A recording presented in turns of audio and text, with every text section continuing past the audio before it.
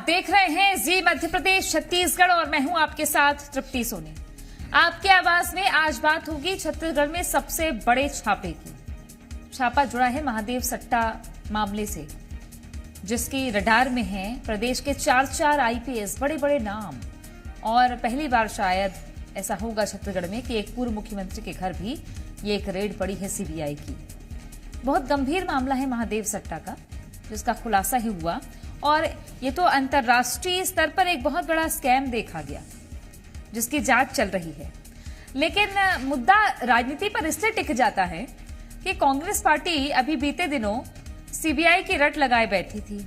जुबान थकती नहीं थी सीबीआई का नाम लेते हुए, और अब सीबीआई आई है तो कांग्रेस में जिस तरीके से बयानबाजी चल रही है वो कई सवाल खड़े करती है।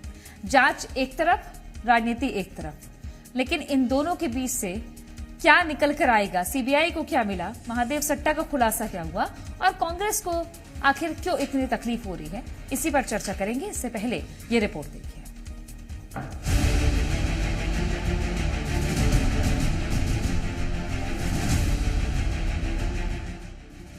छत्तीसगढ़ में सीबीआई आई है और ये पहली बार नहीं है जब सीबीआई आई है, लेकिन ये जरूर पहली बार है कि सीबीआई के रडार में प्रदेश के पूर्व मुख्यमंत्री और 4 आईपीएस हैं।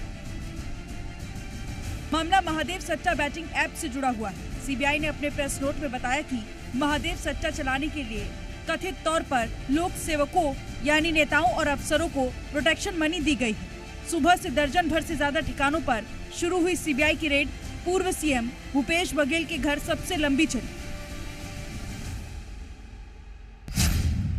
ईडी का एपिसोड, फिर सीबीआई का एपिसोड, अब सीबीआई आके जांच कर रही है। मैं पूछता हूं भारतीय जनता पार्टी और उनकी सरकार से, ईडी सीबीआई के बाद अगला एंट्री किसका?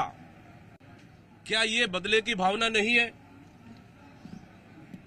कि कांग्रेस छत्तीसगढ़ में मजबूत है?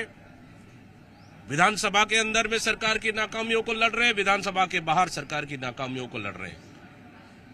सरकार कहीं डरी हुई तो नहीं है? जनता के लिए एक योजनाएं नहीं है, उनकी कहीं छुपाने के लिए तो नहीं है?